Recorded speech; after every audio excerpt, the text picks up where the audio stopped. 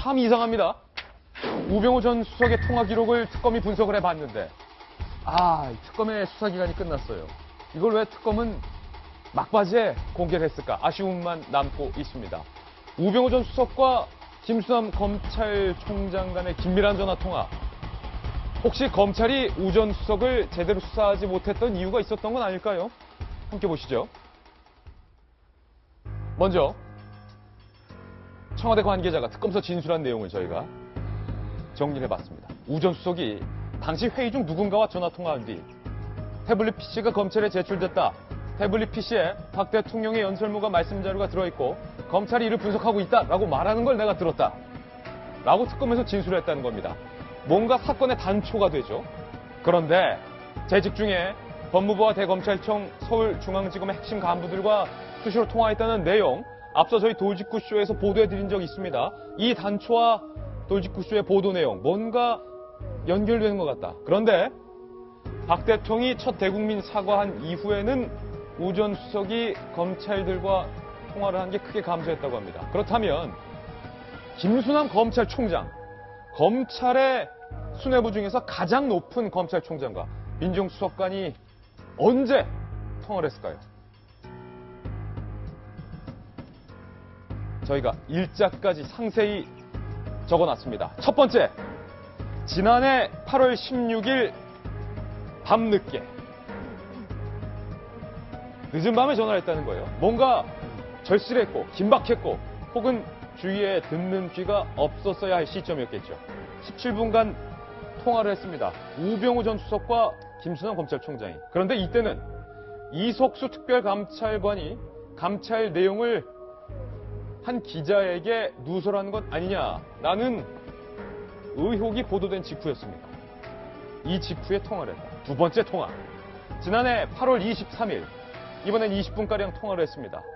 그런데 이때는 우병우와 이석수를 수사하는 특별수사팀이 검찰에 출범한 직후였습니다. 왜 하필 자신을 겨냥한 특별수사팀이 출범된 직후에 검찰총장과 20분간 통화했을까? 세 번째 통화. 지난해 8월 26일 이번엔 10분가량 통화를 했는데 이때는 가족회사 정강을 압수수색하기 사흘 전 정강에 문제가 있다. 검찰 수사해야 한다라는 여론이 높아질 때 두 사람이 통화를 했다는 겁니다. 그리고 지난해 10월 25일 국정농단을 수사하던 이영렬 지검장에게 전화를 건 것. 이때는 태블릿 PC 보도 다음 날이었습니다. 뭔가 냄새가 난다. 냄새가 난다는 건데 이런 의혹에 대해서 사실 야당 국회의원이 질의를 했던 적이 한 번 있습니다. 그 당시 우병우 전 수석은 어물쩍 넘어갔는데요. 그때 질의 현장 저희가 다시 준비했습니다. 일각에서는 또 이런 얘기도 있어요. 청와대 민정수석이 총장이라든가 대검 거치지 않고 직접 중앙지검하고 거래한다. 이런 얘기도 있습니다. 우리 총장께서는 민정수석하고 통화하거나 그런 적 있습니까? 그게? 통화 내용까지 제가 구체적으로 통화를 하냐고 내용 와서 인사라든지 본인의 어떤 출장이라든지 이런 경우에는 통화하는 경우도 있습니다.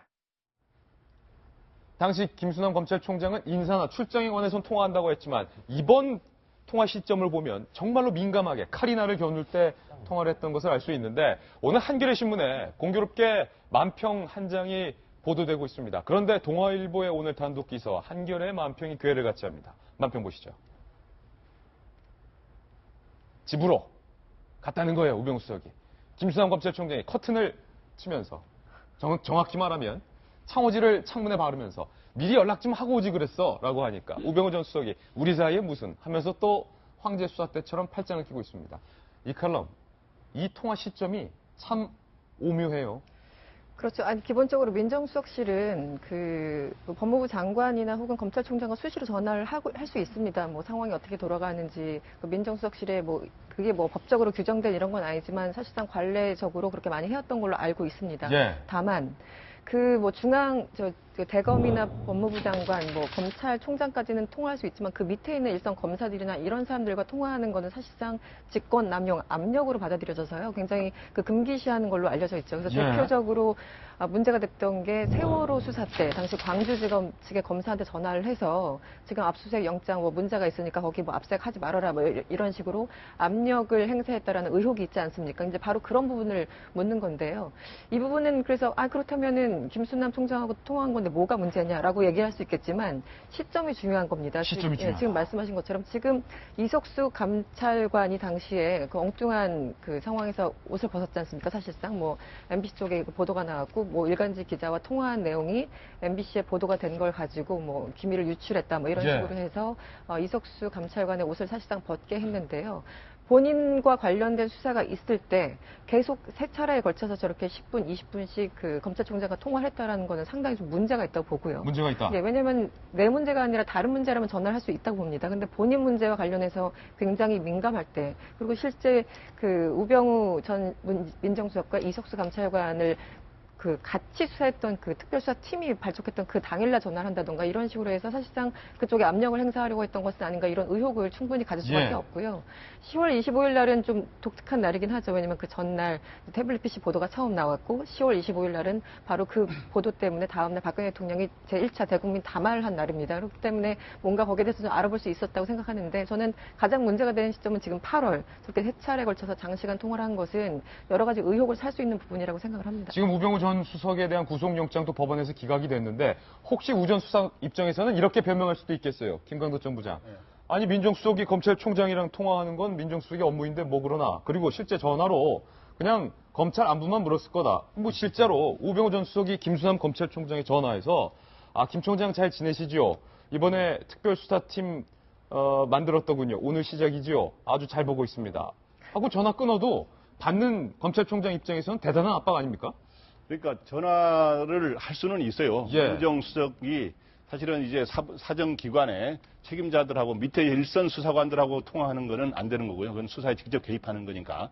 법무부 장관이라든가 검찰총장이라든가 사정기관의 수장들하고 통화를 할 수 있는데 바로 그러면 아까도 얘기했지만 검찰총장이 얘기했지만 인사 문제라든가 이런 총괄적인 문제 이런 거에 대해서 큰 틀의 협의를 할 수는 있는데 근데 문제는 이 전화하는 게 단순한 안부 전화가 아니라 대전화한 시간이 보면은 10분에서 20분 사이 아닙니까? 예. 그래서 뭐 간단하게 무슨 안부 전화하는 게 아니라 아까 말했지만은 전화한 시기와 그 내용이 문제인데 내용은 이제 통화 내역은 안 나오죠. 내용은. 그러나 시기상으로 자신의 이 의혹과 관련된 문제 그리고 최순실 국정농단과 관련된 중요한 시점에 이루어졌기 때문에 압박이다 이건. 당연히 그런 수사 개입의 의혹이 나올 수 있는 건데 좀 우스갯소리 하나 하자면 그나마 다행인 거는 이걸 특검이 밝혀내지 않았습니까?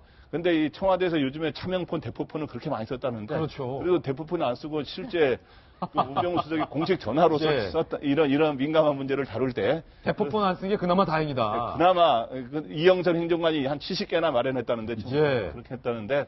근데 민정수석이 아마 대포폰이나 차명폰 썼으면 그거 자체가 바로 사법적으로 걸리는 사항이 될 수 있지 않겠습니까? 예.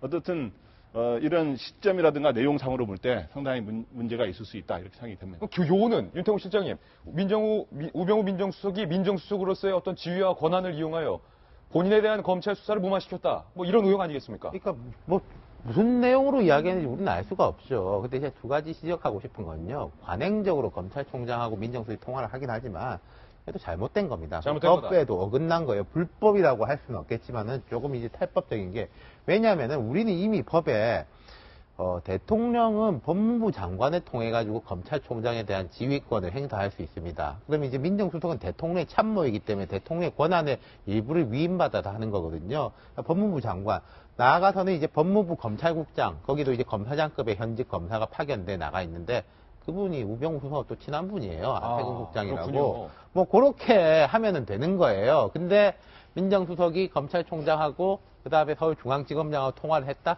이 자체가 이제 맞지가 않고 그리고 아까 검찰총장 말씀으로는 인사나 출장 때 인사를 그러니까요. 왜 민정수석이 검찰총장하고 이야기를 합니까? 그건 애초에 말이 안 되는 거고 그것 자체가. 그리고 두 번째는 왜 지금 이 보도가 나왔냐? 저는 이게 더 재밌습니다. 예. 그러니까 특검에서는 우 수석에 대해 가지고 모든 걸 검찰한테 넘겼어요. 그리고 이제 검찰에서 이야기가 나오는 게 그 특수본을 부활시켜가지고 한다. 특수본이 이제 이영렬 서울중앙지검장이었죠. 꽤 그때 평가가 좋았습니다. 윤갑근 그 특수팀하고는 달리 이 사람들한테 말하자면 이제 은근한 압박과 예방주사를 낳는 거 아니겠습니까? 특검이 검찰한테 예방주사 놓은 거다. 그렇죠. 너네 또 그때처럼 너네 이런 거 대신해봐. 있지 않았냐라고 예. 해요. 우리는 알고 있다. 니들이 이제 잘 하는지 잘 하지 않는지 계속 팔짱 끼고 보고 있을 거다. 우리는 무대를 떠나지만. 그렇죠. 계속 그리고 이제 지켜보겠다. 지금 특검이 어느 정도의 예. 파일을 가지고 있는지 사실 검찰도 100%는 모르거든요. 예. 그러면은 우리가 수사를 어느 정도 하지 못하면 쟤네가 또 이거 조금씩 까고 이럴 수 있는데라는 것에 대한 두려움을 계속 심어주는 이제 두뇌 싸움인 거죠. 두뇌 싸움인 거다. 만약에 김병민 네. 의원님 뭐 이런 식인 거죠. 검찰로 지금 다 넘어갔는데 검찰이 지난번처럼 수사를 어영부영하고 우병우 전 수석 자택 압수수색할 때도 그냥 집들이식으로 갔다 온다면 이규철 특검보가 뭐 전화 아니면 다른 검찰 출입기자, 특검 출입기자 만나서 김 기자 내가 보니까 그때 우병우 전 수석하고 이영렬 지검장이랑 통화하던데 그거 알고 있어? 특검에서 이런 식으로 그냥 툭툭 나올 수도 있다는 거예요. 그 특검이 저는 여론전에 참 능하다라는 예. 생각이 들어요. 윤 시장님 말씀에 100% 동의하면서 한 가지 추가하고 싶은 내용은 뭐냐면요. 특검이 결국은 우병우 전 수석을 기소했습니까? 안 했습니까?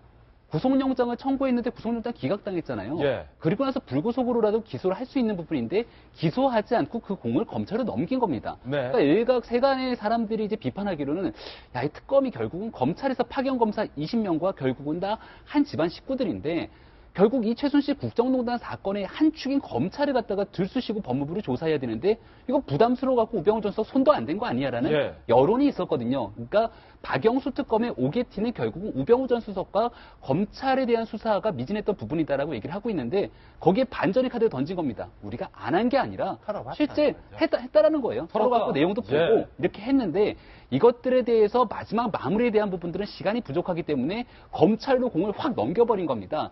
그러니까 결국은 특검에 대해서 약간 비판적인 생각을 갖고 있던 사람들도 이 내용을 보게 되면 하긴 했구나. 그리고 마지막으로 결국 검찰에 엄청난 압박을 줬기 때문에 그 굉장한 부담감은 검찰이 예. 다 떠안으면서 이걸 못하게 되면은 특검이 자락을 깔아놨는데 결국은 제 식구 감싸기로 이 수사를 마무리하지 못한 검찰에 대한 공이 딱 넘어가게 되는 거죠. 예. 결과론적으로 여론전에 굉장히 능한 특검의 수수라고 하기는 좀 뭐하지만 전략이다. 뭔가 전략을 보여주는 것 같다 저는 제 이렇게 생각엔, 개인적인 생각엔 박영수 특검이 오늘 돌직구쇼 방송 끝나고 특수본에게 전화 걸 것 같아요, 검찰에. 오늘 아침에 돌직구쇼 봤어? 동아일보일면 봤어? 잘해라, 니들. 검찰이 우수석 제대로 수사 안 할 수 없겠군요. 그러니까 우리 돌직구가 예. 하는 게 이런 쇼가 하는 게 이런 그 뉴스에 대한 이면을 보여주는 겁니다. 왜 그 특검이 이런 걸 했느냐? 이 검찰에 대한 압박이죠. 박근혜 정부, 그러니까 특검 연장을 거부한 황교안 그 지금 권한대행 정부에 대한 마지막 특검의 한 방입니다. 우리 이렇게 가지고 있는데 너네 똑바로 해 예. 하는 것인데요. 제가 이제 지금 흥미롭게 본 거는 이렇게 아까 태블릿 PC가 나왔을 때, 그 다음에 특검 이석수 특보에 대한 통화 내용이 이제 MBC로 이제 흘러갔을 때, 그 다음에 가족회사 정강에 대한 어떤 압수수색이 다가왔을 때 이제 통화한 걸로 나오지 않습니까? 근데 여기 보면 특검이 오늘 기사에 보면 이게 청와대 관계자를 소환했을 때 예. 이런 것이 나왔다. 그리고 나서 통화 기록 맞춰보니까 이렇게 통화가 됐는데 다음날 우수석이 내가 보니까 태블릿 PC가 검찰에 압수했는데 청와대 대통령 말씀 자료가 있다. 이런 얘기를 했다고 하지 않습니까? 청와대 관계자가 누굴까? 저는 안종범 수석이나 조윤선 수석의 가능성이 있다고 생각해요. 이거에 대해서는. 가까이에 있는 특검과 왜냐하면 지금. 이거는 그 민정수석실 내부에서 누군가 하지 않았으면은 그 수석회의에서 얘기를 했으면 그걸 본 사람들이 얘기를 했을 거거든요. 그러니까 지금 이 사람들이 검찰 특검에 속초하면서 알고 보니까 우수석이 이런 식으로 했다는 거를 발표를 얘기를 했고 예. 그것이 나중에 통화 기록과 맞춰져서 이런 보도가 나오지 않았는가 그런 생각이 들었어요. 안종범 전 수석 화이팅이네요, 그러면. 모르죠. 진지하게 한마디 하고 다른 주제로 넘어가겠습니다. 김순환 검찰총장은 현직 검찰의 장입니다. 검찰총장이 왜 민감한 시기 때마다 우병우 전 수석과 통화를 했는지 그 이유 제대로 밝히십시오. 지난번 때처럼 인사나 출장 때 통화할 수 있다는 식으로 어물쩡 넘어가려 해선 안 될 것 같습니다. 정말로 깨끗하고 정정당당하다면 검찰총장이 이 통화에 대한 해명도 우병우 전 수석에 대한 수사로 입증해야 할 것 같습니다.